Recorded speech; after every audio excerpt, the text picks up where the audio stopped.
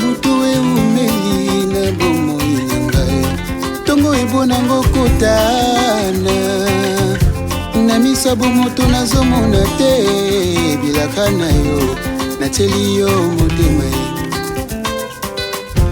olobaki nakozala mokila te nakozala moto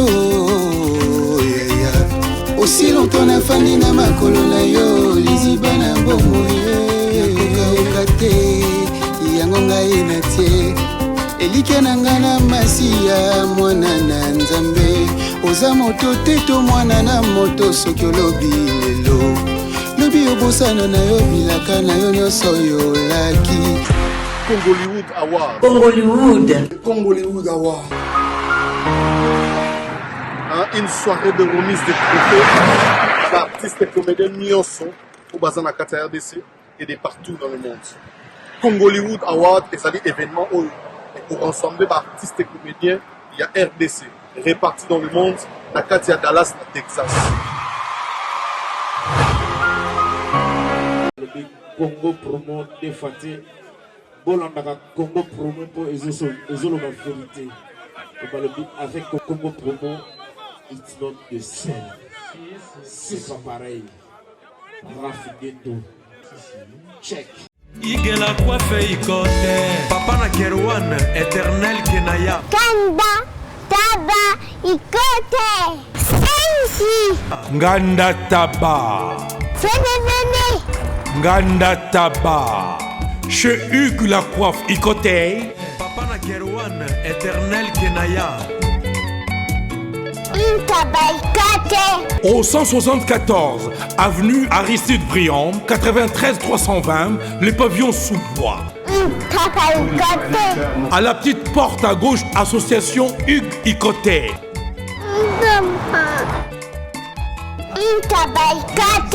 01 41 55 0000. Ntaba Ikote. Descartes Construction et yeah! Fini l'inquiétude pour la réalisation de vos constructions de rêves en RDC au prix imbattable. Grâce à votre entreprise installée en RDC uniquement pour vous, spécialisée en construction, réfection, bâtiments, immeubles, vente de terrains, travaux publics avec les ingénieurs architectes qualifiés au prix incroyable. L'escart Construction est aussi spécialisée en luminosité des bâtiments et éclairage public. Installation des systèmes d'alerte, intrusion pour des maisons et véhicules et tous d'autres services. Nous acceptons aussi les paiements par tranche au prix incroyable. Pas d'hésitation avec Descartes Construction. Vous ne serez jamais déçus. Pour tout contact, notre email est descartesconstruction@gmail.com. Notre numéro de contact plus 447 93 92 82 813 et appelez-nous pour Kinshasa plus 243 89 91 56 86 2. Descartes Construction à Tozana Mbongo Moké, opération Tongana RDC. L'agence d'export et d'import Michel Atlantic Shipping. Et yeah, bana ya Canada, bana ya USA, bomitungisa lisusuti. Pour tous vos achats et ventes de voitures, pièces de rechange et les accessoires possibles. Na koti na ba koli na bino na Kinshasa, bomitungisa penzate. Please, bakoya koza koli tinanda. Pour tout contact, benga Michel Lukadi. Plus 1 508 371 60 43 USA na Canada. Pour la Kinshasa, benga na plus 243 89 551 30 38. Michelo Atlantic Shipping. Yaboye. Bazuwapi. Hugues la coiffe Ikote. Salon Hugues la coiffe Ikote. Une machine de transformation des hommes et femmes. Regardez-moi comment je suis. Vilain. Mais attendez, 2 minutes. Bogart.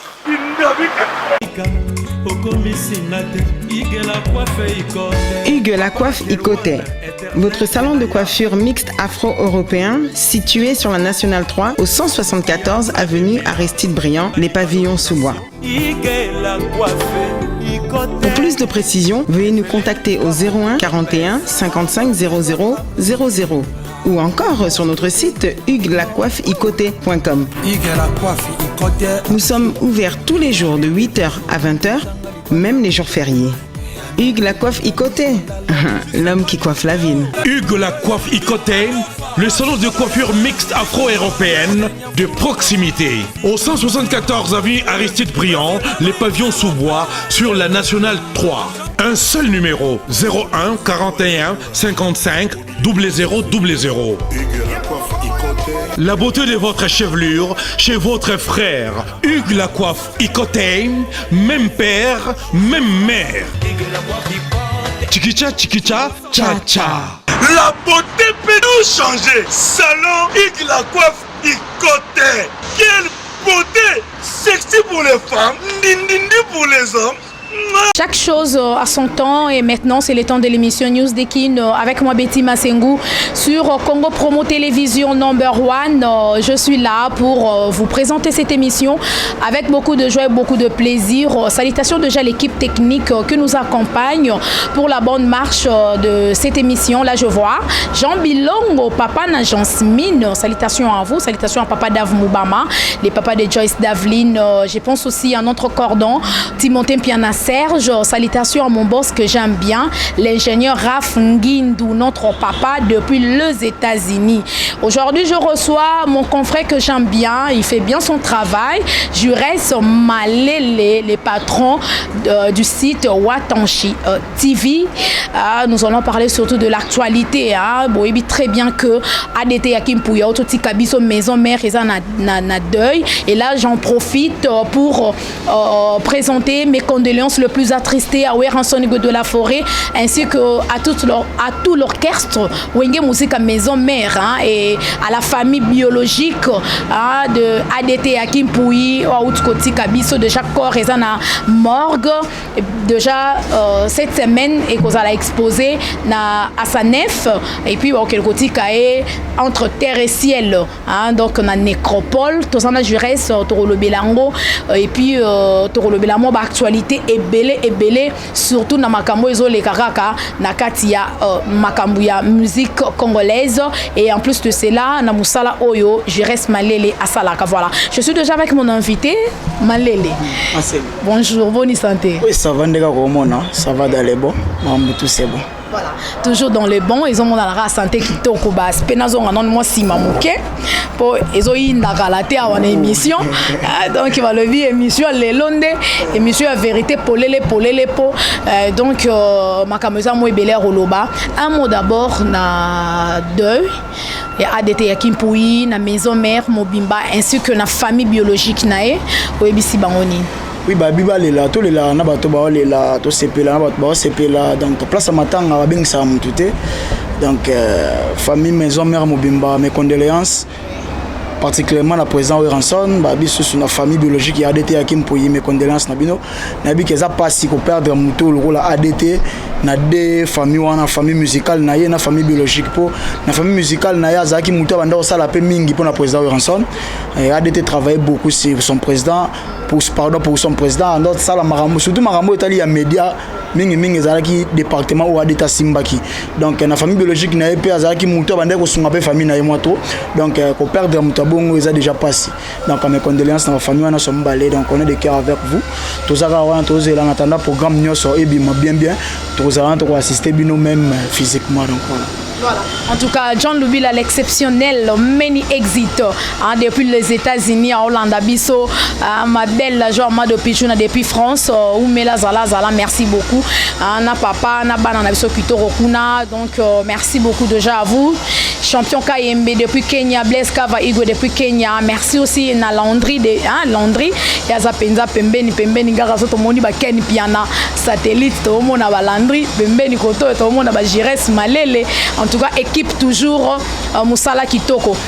Mais Jires eza ne loko moko ba to ba déploraki comportement hérité Watanabe yo ozara pembeni ya Wata mais bike au côté la ke peu moins trop marobo ya rango mais au côté la ke moins trop ba to ba bike jour à matanga ya Moni production ya panza mabongo apesa wera kutu mbote te siko na matanga ya ADT ya Kimpuyi déjà na ba dire na ya lobaki na ba émission oui ke ba te belé pe ba CP na ngote je sais pas réaction ne koko za la nini par rapport à ça.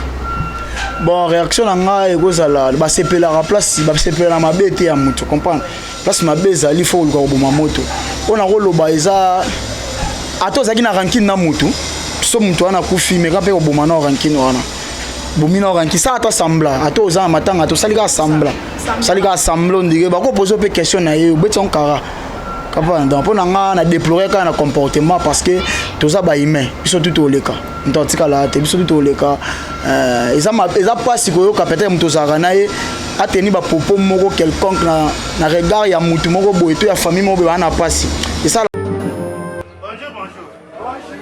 Fais ça code papa. Mais papa, JB Service ils offrent partout dans le monde, to kuzo kende Canada, États-Unis, partout même à Londres, bas sélection Calaming JB Service, ils ont comme un service là-bas on est voilà. Na benga mwana pour yebi gabiti Samia yebi que JB Service et ça n'arrête. Mais pire besoin de prendre que et comme na Paris. Ah on a biso na Bretagne là, tozana ngona Nantes, tozana ngona Pontivy, tozana ngona Saint-Brieuc, tozana ngona Loudéac, tozana ngona Angers na Balema. Sikoyo afongoli mususu na Paris.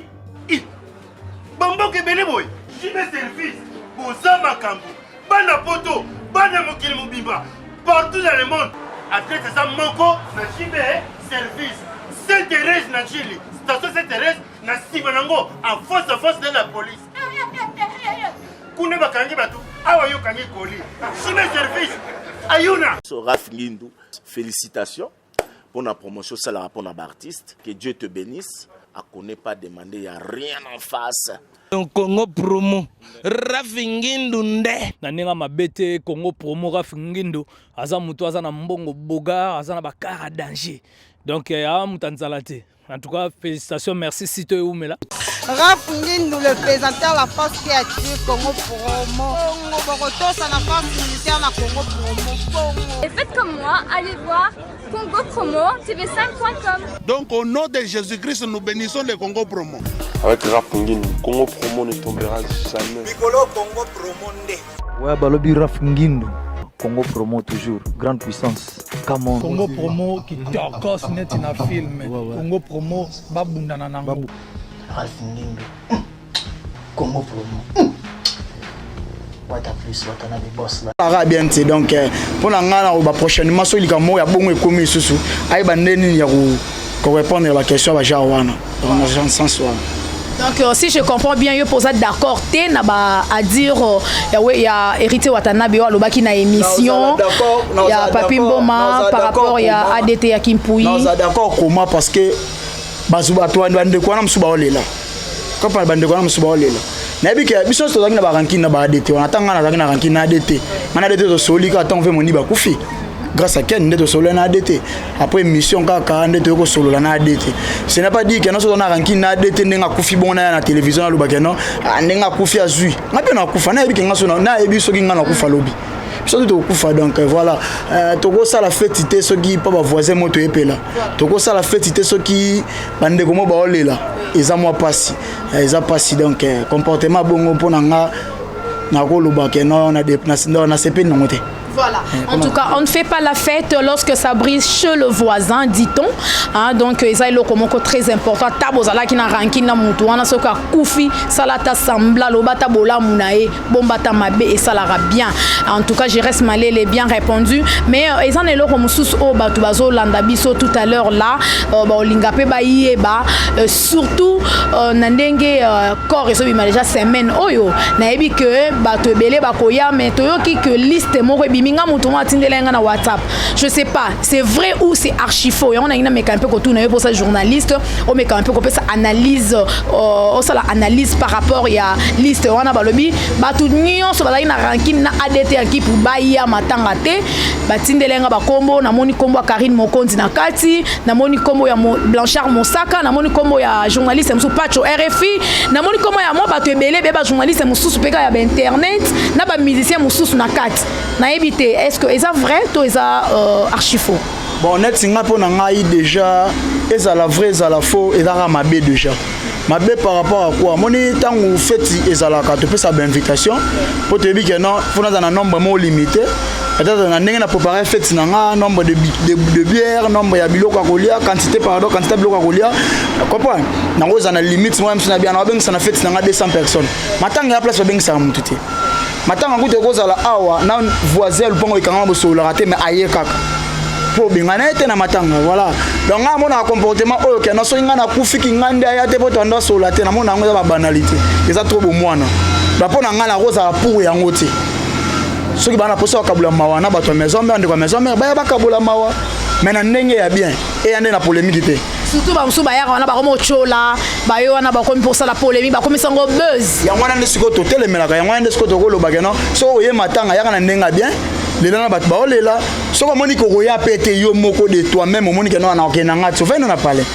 ko comme sango nde polémique te ko ma place sujet mo moni tant ve moni ba kufaki e komaki sujet ah si je vais moni be comme polémique ba buzz to se bango ele kamatanga ele mona te kamatanga ve moni be le kana ADTP ya Kimpui ma vendredi so jeudi ba kundi vendredi ele kana ngo da tongo yo ngo créer ngo le polémique mo polémique à 2 jours ah tant que comme samedi ba actualité nango esila comme daso ba kundi actualité sili donc ubosana donc pona ngana moni ba liste wana ça rien à voir na ba liste msa ba liste mto so akufi nganda ya te et la msape mtakufite donc soko bango moko ne na bango moso mona na sala peut-être famille wenge musika maison mère mabe so esengi na ya te na oya na ngate na ngabo so monika no ba soit disant de ba banzoi ba robeta nguveno na parler ke okendeka pour le polémique donc po babina matanga ya vie mondi production ba mbate betama ba beta ba mettre wana wera so ba beta ba journaliste ba internet ba mbata moko betama wana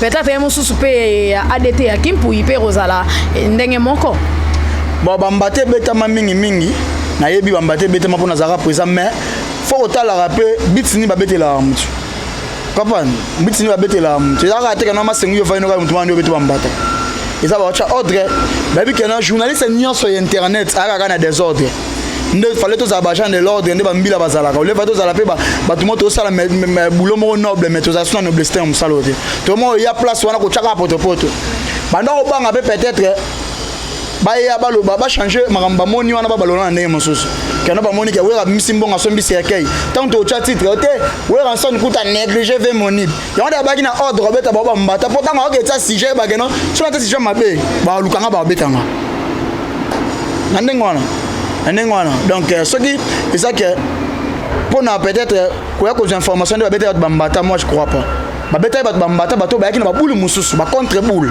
ya beta ba mbata comprends yango mona pe wata tanga exitanga yaki matanga ngope ayaki na bato ebele po ebigeno déjà bande da ko salama ba ko bete ba ko pe ozongisa ye donc ya prévenir ayaki na bato na ye dans la cadre wana mais to yaka ba matanga te po dans ko créer ba buzz ou soit pour créer ba polémique mo inutile to yaka to lela na bato ba olela so moni ke no yana olela na bato te ba ko kabla mona ba ngote va no chez yo est-ce que Rita Roya matanga ADT ya Kimpui? Je crois pas.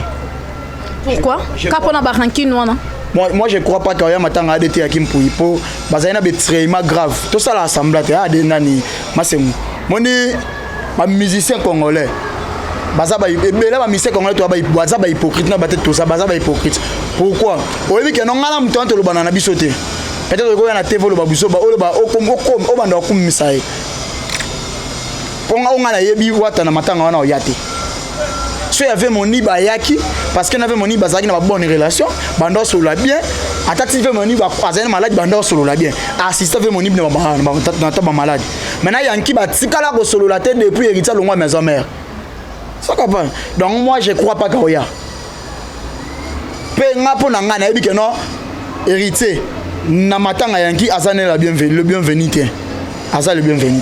Ken Piana lobi que Yakim Pouy a contribué trop na carrière ya héritier Watanabe sera commis pe héritier auto ebeli monde entier grâce à maison mère ou après maison mère non na combo na ekaka dans la carrière na e même azana na maison mère même déjà loin maison mère mais quand même carrière à mutu déjà son muta baki selon un plus faut quand même reconnaître bola mwana nani je ne comprends pas donc ce qui y a loin maison mère déjà basé sur une bonne relation te pendant sur la suite carrière na ye tant azali na maison mère c'est déjà lelo à longwe mais carrière na etikali toujours dans une question c'est mission ni mtu yambinga na doit poser question te mais na plutôt une question na maison mère ou bien après maison mère ndenge bolo ba que non a contribuer na carrière na c'est na maison mère là on se comprend mais c'est après maison mère moi je crois pas pour après maison mère comme Diamond Rankin héritier na yanki bando sur la suite azali na maison mère wana tal nera longwe Rankin wa même muta kufi bola moko kako asalela ya koko reconnaître ngote ya on a bi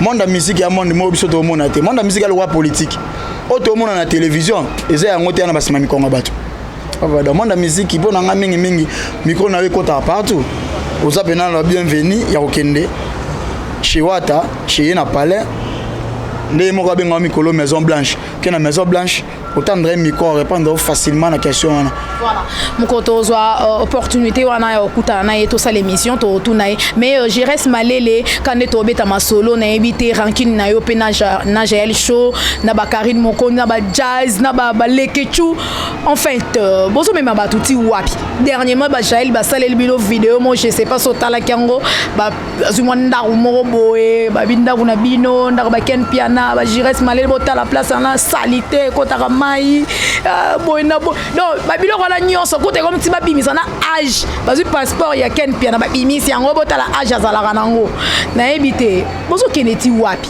adeta otokufa yo molo bien tout à l'heure que Ken Piana pas loba kango que liwana et enseigner biso des leçons ba mabe mususu bato bando sala to ba robongisa même bino ti score réconciliation ti le salamaka te ponani donc mikolo nde sikoyo nati mambolo bien na mikolo na za pena concentrer na mambo élection pour na poser da candidature na changu je ngolo to mo je reste malade sur internet c'était surtout ba site za rabena Mafingi TV dans Mafingi TV na otala ngo soute au garde des impolis na otala ngo soute niko na concentrer na mambo élection donc total na tozela président ya Seni président Seni apesa biso ka jour to bana ba campagne na ba campagne na postuler na changu na postuler na changu donc candidat na changu mais Karine Mokonzi pe babi maman honorable il pas te libayat donc on a bibiso na ndo na ota na makamnanga mikolo na ota na makamnanga makasi mamba batu pena na calculer ngo soute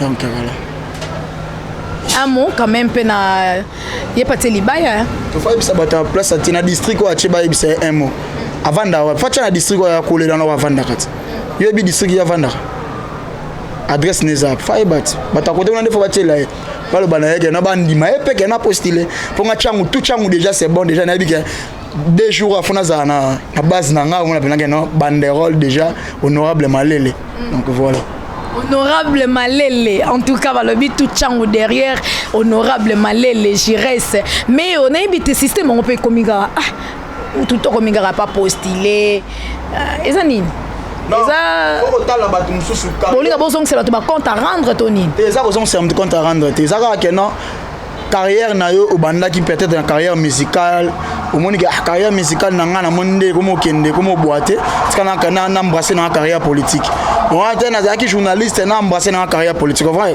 donc il faut avoir une ambition ça appelle une vision faut tout monde am c'est quand la rate internet le baiser sur na valeur haute on lobby so saliga to la ka za la kana boulot internet exercice na valeur haute faut ba déjà que non après émission internet na ozanani to après journalisme na ozanani ba fina so ba fiti collègue nanga pour nga pe kamite na ko makalo ba bonora ba zakai ba baso bonora ba zakai ba baso ba yebela déjà attend déjà vision carrière journalistique et kende nini tika na embrasser carrière politique yo na embrasser lelo akoma lelo ko wana ngolo ba nani carrière journalistique na ezo boiter alinga kene ko embrasser carrière politique na ba journaliste après Vesa Klena na biso honorable Serge Kayembeza ka ngai o a postulé ba journaliste ni so a postulé kaka yondo postulé. Na ba journaliste. Bon Karine Mokonzi. Nani pe Jimmy Mukendi pe. Jimmy Mukendi pardon. Jimmy Mukendi pe na. Jimmy Mukendi Patier et puis Blanchard Monsara pe côté ya ba porte-parole hein, il est pas à Tepe Libaya. Et il faut retourner mingi mi makamne pa bana kitambo. So tini bana kitambo bandimi wana nde oyo. Il faut ça kitambo na minute oti. Là to ça l'émission na minute na kitambo. Naza kitambo mais. Et on a tout question na. Naza ko natif a kitambo te. Naza bena mona kitambo te. Na yebi kitambo te. Ça comprend. Na yebi ba vie bata kitambo te. Naza na ye kitambo ko ya. Mais naza natif ya kitambo te. Parce que makambo net ya vena biso Blanchard Mosaka, faut tuna mingi mo ane blanc na Mosaka. Mo anae. So tuni blanc na po tuni sko batu to kitambo. Ende ba oyebisa soki ba ondima to ba ondima te. Mo ana lobini. Parce que il faut tuna mo ane. So après ça mo ane après mission to benga e, ou peut faire rendez-vous, c'est une émission. À répondre au tout n'est pas que non papa na to ga postuler yo ka réponse. Voilà, to luka mwana eto tuna eto yo ka réponse au lobanini, mais c'est comme si on a contre ba candidature hein, il y a bande konabiso Blanchard Monsaka, Karine Mokonzi et les autres là. Non, on a contre ba on ni ponga na voter ba voter ba voter ba bazali. Cause a contre c'est trop dit non lobika que non. Faut à la paix aimer place moko boye po balinga yo po ba yamba po ba pesa ba vona bango. Yo na peut-être na quartier na ovanda koza aimer te ba pesa ba vona ba ondene. Dans total arabablo nati peut-être ya fini ya serre na biso totanga kombwana alobanini amemanini na parlement amemanini ezaka base na on sala to peneza ya solo so ya solo akomemanini implice ni omemela peuple congolais au déjà internet déjà kombo sambwa parce que même on se sambwa no na ngosu na politique non moi je crois pas na place na politique.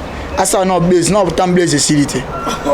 Asa na base. Mais yo lobi mutu faye bela déjà pour internet pe et zalara la base raté. Bela po te bien biso te bien loni to luka. Te bien loni to na to projet na biso ya lobe zanini. Parce que il y a ça sans projet, sans objectif na vie. Ata la ka lelo. Muta bongo pena. Chance ni opesa. Asa na base. Mukola mona ke base sili. Ne base so base sinda ko luka makamuso asala. Voilà. En tout cas, ils ont point de vue à Jérès Malele, donc lui futur honorable. Donc on a Tchangou, donc voilà Tchangou tout derrière Jérès Malele. Donc voilà, mon toutou azanae, azanae libre. Il y a repéré sa candidature, tu auras qu'un séni et lobby, et puis ils ont même écrit dans Mibé comme Boranabiso. À condition aux alakakana. Ah bon? À condition que ça soit un diplôme. Bon, yo tangi to ke gamba ma o poser candidature tango ba o tika ba dossier na ba mona ta ata ne fisque diplôme moko za na ngota ata certificat o école primaire wana ngota. Siko ke tika candidature ndeni. À condition ata o za ata D6. Pona loi Congo ata o za D6 o postuler na yo. Siko est-ce que bande ko wana ata D6 ba koma te. Est-ce que ba za ta na diplôme o diplôme d'état o ya D6 ka o ba nango. Pe na option ni so za nango ke nango. Ba mba yo. Merci beaucoup Jérès Malele. En tout cas, nous évoluons toujours. Carrière universitaire, diplôme universitaire, comment est-ce qu'on va problème? Moi, la place, ma problème, je me souviens que non. Non, député au pays là, je me souviens au beau. Langue, il y a maïlé. Je me souviens que je me souviens que je suis trois langues. Il y a un bagage intellectuel dans la tête. Pour langue, je la langue. Parce que babi que non toya oya otiko poser ya o déposer candidature na yo na CENI allez CENI a pesi condition na ye ayo ke le bongo atama wazalata na diplôme d'état ozalata D6 parce que yo ataki D6 exact siko au postuler nde tala likam eh vraiment en tout cas mais Jérès Malele to betaman masolo na ya makambo etalipé nous résoleka entre Ferregola na Fali Poupa je sais pas aux journalistes aux ngapé un monté ou point de vue à copé ça balobi première classe il y a Ferregola bimaki et puis Fali Poupa bimisi école mais ndeka to yo gelaka batumsuso première classe et yo kanate école les yo kala bamsupe école té première classe ndele qui je sais pas yo déjà l'air au taliango entre deux génériques wana mais au chicha ondeni quand même te bimina marché té toi on a 4 5 sous je ne me trompe pas 5 génériques brigade abimisaki Fabrigas abimisaki nani quoi encore qui encore Robino Mundebu Ferré fallait abimisa nasuka hérité peut bientôt abimisa ba générique dans ba générique mebele moninga yi c'est là ba analyse wana ya ba ramba ba générique Dans mon analyse, dans ça là, il fallait même si générique récemment. Je ne crois pas qu'une semaine a marché. Non, non. Faire, si j'ai une bonne mémoire, il y a 3 semaines à marcher. Comprends? Ce qui est total là, bon, ce qui est ça, c'est peut-être comparaison. Tout ça, la comparaison, c'est base de quoi? Il y a Kobeta, il y a nombre de filles, il y a consommation ou comment on a habité. Parce que il y a nombre de filles, il y a nombre de bateaux à consommer sur la plateforme et téléchargement. Ce qui est total à côté, on a fait, ce qui est total à fallait déjà ça au top. C'est long là. C'est le bateau à la biso. C'est le total, c'est ce qu'on est tout ça la net peut-être comparaison auto-analyse moi aussi marambouana. Tout ça ce qu'on point par point. C'est le que un nombre de vies. Tout le bac non fallait gagner. Pour fallait déjà na 2 jours pour ça 1 million de vies, alors qu'il n'y a pas 2 millions de vies. Faire comme ni na 3 semaines. Na 3 semaines wana. Si le lot, azana ba 200 quelques mille vies. Na entamé 300 000 ti. Ba Fabregas par contre na ba 400 ba 500. Robino Mundibu ana ba 200 ou 300 qui peut à 400. Vous voyez? Donc, comparaison, c'est tout ça. Une comparaison, c'est tout ça. Tout ça, la comparaison, c'est comme on a fait, comme on a fait. Non. Tout ça, la comparaison, c'est long. Nous avons cette comparaison quand la leçon qui est abimisi qui bouille ça quand papa chéri abimisi TH so qui nini ozomona comparaison on est musique qui ndezalaka parce que comparaison l'autre ça là il y a base de quoi il y a ba combo kaka toi qui fanatisme na habiter masin. Voilà, en tout cas, tout ça la comparaison, mon co, il y a bien des Jires Malé la lobby avec un peu comme ça la analyse par rapport il y a des clips sur le marché des disques, voilà. Mais Jires Malé les uns le roman qu'on tout à l'heure là, oui que polémique ils allaient qui serait ouais rançon na ba jibem piana, ils a les lotés et puis musique à l'époque ils a musique ils a les lotés. Tout le monde qui peut polémique en on na ba un dingue zala qui ils a les sous penzate ouais rappelez on a pas combiné déjà OK na politique hein musique politique ni alba politique pardon et puis polémique et souvent na série avec na son koi moni fait na son koi na papa chéri polémique et souvent na série na bango nyonso e mona après bango ya polémique té ils ont polémique pour non ça comme na oreille musicale moi na muki écoute oreille bisa oh e beti bien tu e beti bien quand les aga bongo te masemu lelo bakoma kokabula ba fanatique a mutu za raté kalande zalaka on la na o ba fana wera ba fana jibe lelo zaka susu te beta musique na ya bientôt kobina sala marama bientôt ko siperoke yango soko sa mama be Fabregas abinisa batu ya madoat yo ngo baka ba fana Fabregas babinisa babina ya mado na ba fana ko fina fana wera na ba fana jibe ba beta babina ya mado lelo musique est sur qui fanatique té o tenga na fanatique a fali to ya faire ça suite et ça na fanatique a faire wana ba c'est la musique fallait bête ba fanatique a fali wana ba c'est la musique faire bête dans musique avec fanatisme mais si là quand la bête c'est mais si là depuis époque ba stade de martyr à 20 ans na papa chéri lelo musique est bête ma bête musique a bientôt aussi important parce que yo ba fanatique a Robino ba bana comment so do ba bosser que Robino pas ba fanatique ne mo ba na ba za ka sulté aux abra ndimi ya Marie-Paul ya rasuite voilà équipe Robino Mundi ba auto pesa ba musicien na e Bakar apesi Shomi apesi Rit Mushinga apesi pena mutlo moko balbinde mobe ya sengi na mbongo Robino Mundi ba pesa $2500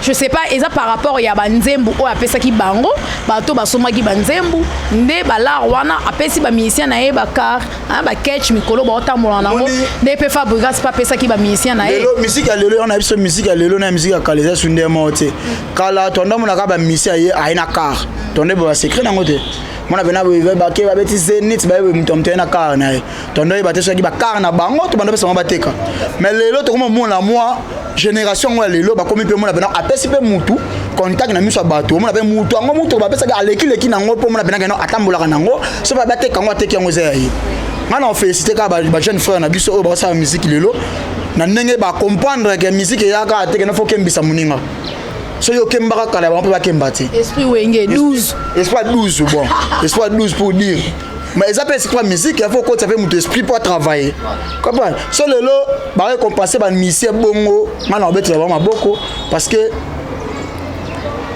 musique kala neto mona ngo za monde ba voyou lelo ba tumsu ba comment bena comment c'est moi na comment ne pas musicien moi n'est pas allé sous ce qui a zappé jouer à footballeur comprendre donc pour ngai ba bato à féliciter pour zalaté comme au salama on a besoin non leader mo boye oyemona nous peut-être na sombi ata 2-3 palente mais apesi pena mission na yemutu katambola nango. On a la félicité, bon, c'est bon. En tout cas, c'est bon. Tout ce qui est déjà tout chuté. Hein. À l'allure où on voit les choses, je sais pas, j'irais sur Malé la musique Nabiso parce que Weranson, hein, donc bah pionnier, au pena bah tap la musique en gros, bah papa chéri Jibem Piana, donc papa Yoji, ozu bah Weranson, ozu bah musicien, au pena bah poussa musique penza, bah jeune au bah bima, bah pesa bah gouana, tout le monde peut bah comme lembi salon bah kambango, Weranson y on a commis déjà quoi entamé à embrasser na carrière politique, il on a fait une députation na provinciale et puis na nationale, je sais pas. Au mon ndeni, otika na ndulango to OK na onga nyoso mibali. Ambition na yenga okanisa ba yusundu pe ba koma ba ministre na mboka na bango. Kapa, asa yusundu atika musique, abeta ba zeni tilelo. So président en son na mona na carrière politique, ils ont empêché à sa musique wana dépend na ye. Donc yango tende ko empêcher à sa musique. Yango te. Pour répondre à la question de banda, pour la Coréenien a tout des rôles. Venez à me Miss Ayemba, Yemba, Yemba, Petsoa, Yemba, Rangotti, le son, Nyoka, Banze, Maridia, Kaloka, Aba, Coréenien succès à l'époque. Bato va régner avant et bazala, va régner pas après bazali. Donc, si on Miss à Bissau Congo, va venir à Bissau, va comprendre que non, Coréenien a tout des rôles. Polémique à musique est sur la place. Faut pas dire que la paix bano bailler le lot, pas ça appelle musique. Ba misela so pe banzem boss. Toi époque 5e génération, 4e génération les cas qui toi la 5e génération. Ba 20 ans papa chéri ba comprendre les gars que non. Époque va faire amboza qui na papa na va venir fait beaucoup. Bango bayaki wenge et colonisa musique ya Congo. Le lobby faut comprendre que ba fali pe baye ba faire baye héritier bazaba na ba fabrication ba pe coloniser musique ya Congo. C'est ça, faut pas comprendre dango. Il ne faut pas comprendre, mais moi je ne crois pas que la carrière politique a 20 ans et embrasser les lots et qu'on empêcher à sa carrière musicale. Il y a un habit et ils ont des points. On continue comme ça, album. C'est sur notre studio. Donc on a limité, on est empêcher. Parce que si on empêche, on va kakol, ok. Voilà, en tout cas, tu as la licam. Papi kakol. Ok, wapi. Et le kakol, c'est ce que mes amis. Ah, kumbela ngope hein. Ah, kumbela na ngome, je ne crois pas, il y a ça doumé. OK, c'est bon ngaka na muto asimba lisango. Mais moi nga limite eza pena que non, vers à ça na musique na politique. Eza pena na Congo eza premier mutu. Eza premier mutu te vena so tabula ipasa lango. Akoma gouverneur, vice-gouverneur ya Congo, ya Kinshasa pardon. Comment gouverneur par provincial, il y a Kinshasa. Mais tout le monde qui a côté musique est un peu dans moi baisse par rapport avant que tu comme déjà dans ma politique, comment d'ailleurs musique déjà pas naé, comment d'ailleurs ko boiter. Ah madame. Pour ça moi je crois pas que tu veux me aller là nous les bons. Eh, soit notre musique, notre musique c'est pas kabona na président Jibem Piana. Tant wenge kabone devant notre musique. Tellement tika ngote sérieux na. Ko tika musique à 20 ans. Ngolo tsa solo likolo. Voilà. Donc tout le barak que Weranson lelo sera bimi député au Tanae Cyplion hein tout le barak que Luka Mususu acté na parlement kuna so à côté peut même moi na Cyplion hein à côté même moi sinae pour la minute yo Weranson a OK beta nanti azan voyage sur le parlement côté ba siéger tu voter moi net tu voter Vincent tu voter Omi Kabolande tu voter moi net parlement côté ba siéger il côté à que voyage to lingate ça la bloa Cyplion. Liens à la tête, il y a un côté parlement. Ah, mais on c'est musique fatika. Il y a le qui m'a parlé, m'a fait à la wana. Plénière, non, ça fait faire à la wana. Net ngaboué. Plénière, tout dans nos ala. Oh, dans nos ala, ouais, sans le bani. On a nos ala, on a peine la plénière, tout ngawana na katibiso, c'est pas député. Honorable Malé le côté, honorable Pena, honorable Weranson Pekoto. Ngoto Tara mama honorable. Banana Mikiona la batte, on attend à bango soutien. Voilà, en tout cas, merci beaucoup, Jérès Malélé. C'est vraiment un réel plaisir d'être parmi vous et surtout de vous recevoir dans cette émission. Je pense bien, tout commence bien, finit bien. Nous sommes à la fin de notre émission. Un dernier message pour la bataille sur Balandibiso, au ABC Bangoni, ni na actualité, désolé qu'elle là. Et puis quelques salutations, na bafano balingara Jérès Malélé. Oui, salutations Zagagana. Laetitia Fouambata, général-major na PC Mbote, Babil Laetitia Mboma Mamu Mote, Muninga ya Renate Longenga, Venanga Raoul Mulobo, Batutu Bolande Bisobo continue ko s'abonner Congo Promo oza palais na nga na nango air national lingi mus na nga tselo zalaka na Congo Promo sona ke lala na go lala grand prêtre Raf Ngindu mon vieux na bika yopoza na Hollanda babi le cordo Serge Mpiana Christian Mbouyi batutu ba Rais Kangi bino tu na Congo Promo na bosanité Gianni célèbre bino tu na Dada International Congo Promo mbeza palais donc na pesi no tumbo tina ope Betima Sengu malgré par niche na mon kala mais na bika azakaka tourner jour ensemble donc pas du tout bon mesana kolanda Jiras Malele wantashi bon mesana mingi mikolo yo to postuler nanu mikolo to comme un député so boza ba tanchangu botinda ba voter honorable Jiras Malele yo on peut ça numéro kala mingi te ya numéro na candidature so ba pesi so ga président Seni a pesi makambumba moko to bani campagne on sera la campagne wa to bani campagne to c'est la ba pesi makamba ba pesi makambute ya ngwana donc merci mingi na bato bolinga biso bo continuer kaka ko consommer biso na ba YouTube et ça la biso ka bien merci na Betima Sengunatan donc merci voilà bye. Merci beaucoup Jiras Malele, merci beaucoup Jean Bilongo pour les images, John Loubila l'exceptionnel, many exits depuis les États-Unis. Je pense aussi à la joie Amado Pichuna, né dans le baraboté plus l'argent égale la joie Amado Pichuna ou Melanzamba Pambola yo na papa na bana biso qui toko na France, pour son na France dans la pa na yo, son na États-Unis dans la pa mon boss l'ingénieur Raf Ngindu na beti mo turbo pas John Loubila l'exceptionnel. Parce que son na Kenya dans la pa champion KMB et mon abeti tout pa Blaise Kava Igwe donc mutu na biso Angola kuna ti lelo masolo asalate donc pese les messages pour émission on envoie que les liens gapretre solo la rande to solo la rande bosa suna comme na e Jean-François Diamant wana William Mafoso gapretre William Mafoso yango voilà William Mafoso grand pétrolier na kata Luanda qui Jiras Malele ya lobby ti lelo solo la te et so payo tala yo grand prêtre grand pétrolier lisusu na compagnie son Angol donc moi na maman Riette na kata Luanda solo là donc ça la biso bien quoi voilà merci beaucoup déjà à papa Dave Moubama pour les images le papa de Joyce Daveline cordon nanga moko na lingara mingi Timothée Piana Serge et puis mon boss que j'aime beaucoup que j'aime bien l'ingénieur Raf Ngindu depuis les États-Unis on a papa na biso donc hier solo toujours bien voilà merci beaucoup déjà na Naomi Moussaï Air Force One maman na Jolina donc le bi Joachim Moussaï Air Force BH4 Joachim Moussaï pour la kizara beti yim ta la kiza beti man c'est mon père aussi ba volant ko conduire na kata voiture à pratiquer linga balobi maître njo balobi esprit supérieur donc balobi talara qui tord donc côté qu'on a donc au samba coup des athées bisous à ma maman chérie maman Cathy Bakissa merci beaucoup à vous chers fans de nous avoir suivis d'ici là portez-vous bien et prenez bien soin de vous je vous aime énormément de gros bisous à tous mes fans fidèles et chéris de cette émission on se retrouve déjà à la prochaine merci bye.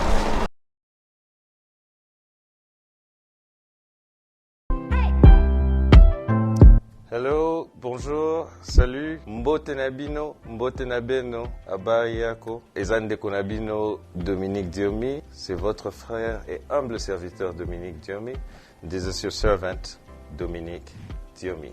C'est un plaisir de me présenter devant vous à la fin de mon mandat au sein de la communauté congolaise de Dallas-Fort Worth. It is a pleasure for me to present myself in front of you in the term of this mandate that you gave me 3 years ago. Eza esengo mingi pona ngai yako telema liboso na bino awa tango ya manda oyo bopesaki nga ekomi na suka na yango. Je voulais simplement vous remercier pour la confiance, pour le support et toutes les prières et l'accompagnement dont nous avons été témoins. Nalungaki ko pesa matondo mingi na moko ya bandeko ya communauté congolaise de Dallas pona lisalisi oyo bopesaki ngai support na bino elongo na mabondeli malendisi ya ndenge na ndenge po ete tokokisa makambo oyo tokokisi na manda oyo. I would like to take advantage of this opportunity to thank all of you for the tremendous support we received during the mandate that we've had to exercise as president of the Congolese community of for the past 3 years. It is with a lot of joy. It is with a lot of grateful for your support. Nangonga oyo na profité pour na koyebisa bino que tozali kotia lisusu candidature pour notre deuxième mandat. Je profite de cette occasion pour vous annoncer notre candidature pour un autre mandat. I would like to take advantage of this opportunity to announce that we're running for a second term. Durant les 3 années passées, nous avons accompli beaucoup de choses avec vous. Nous avons poussé notre communauté. Nous avons élevé la bannière de notre communauté plus haute. Mais il y a encore beaucoup de travail à faire. During the past 3 years, we've done a lot of things. We've achieved a lot of things together. We've moved our community forward. We literally put our community on the map. We've accomplished so much, but still, a lot of work remains. Nabambula misato oyo tozalaki ko diriger communauté e bandi ko bongwana. Tokokisi makambo ebele. Tosali ba avancer ebele. To elongo na bino to tomboli bendele ya communauté na biso na kati ya mokili. Kasi mosala etikali lisusu ya kosala. Pe nanu tolembi bino te. Lokola nzoko alembaka mino na yete tozali na elongo na bino po ete to continuer kotindika communauté na biso ekende liboso. Alors, nous venons par la présente solliciter encore votre support, votre contribution pour que nous puissions faire de la communauté congolaise de Dallas-Fort Worth la meilleure communauté congolaise dans le monde. Ceci est un processus, certes, mais avec votre aide, nous pouvons le faire. Je voudrais, par la présente, demander à chacun des personnes qui apprécient ce que nous avons fait et qui croient que nous avons encore le potentiel de faire plus, de s'enregistrer, d'être prêt pour venir voter. Baiba sepelaki na maye na baide na makambo nyonso tokokaki kosala oyo bakanisi ke soki bapesi biso manda mosusu tokosala lisusu ya minene bakoka bongo ko supporter biso bakoka ko belema po ete bakoka bongo ko voter na maponami o ezali koya ndeko na bino Dominique Diomi.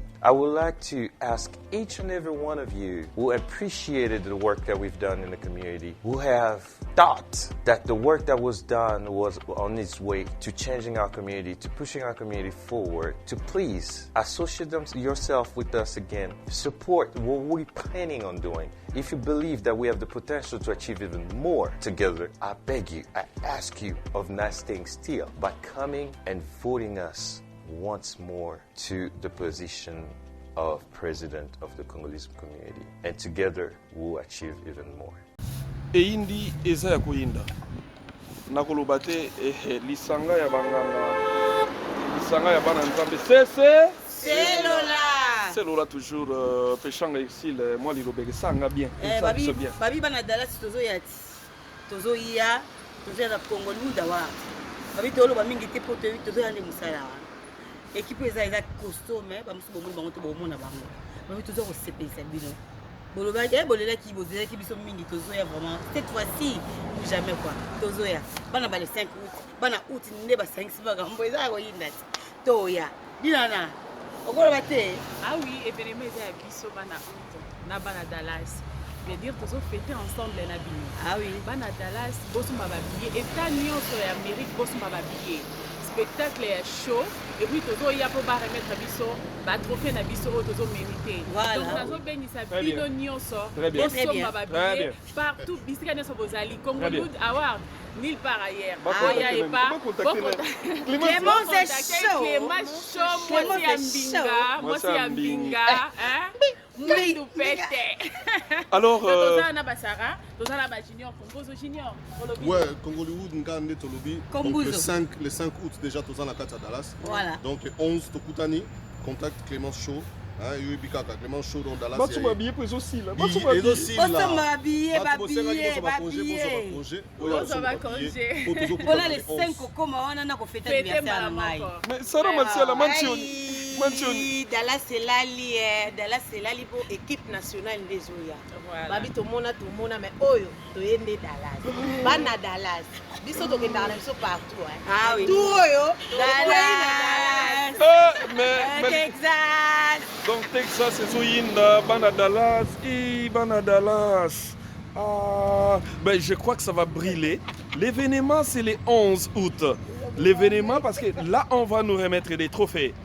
We're gonna come very soon to get our own trophy, the awards. Then we are coming to Dallas. Nakoloba mingi te mais événement ezali le 11 août. Ndeza événement mais biso déjà les 5. Netika Katroza là déjà na Dallas. Rien à dire.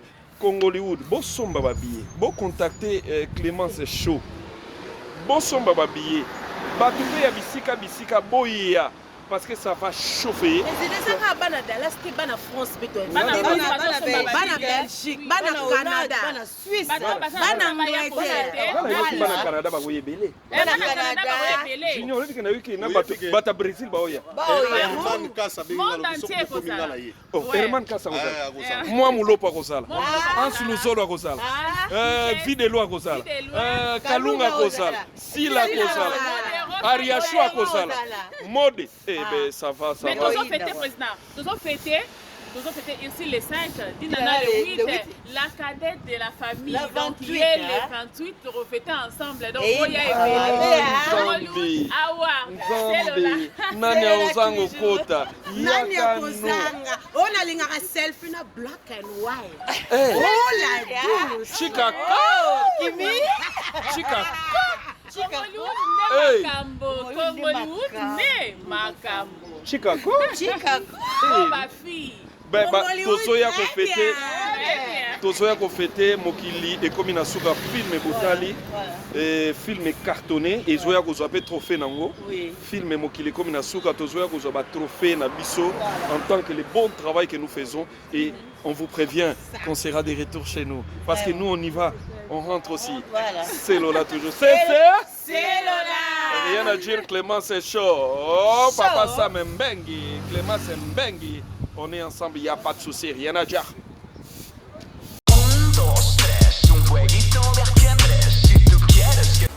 Bonjour à tous, vous êtes sur Congo Promo.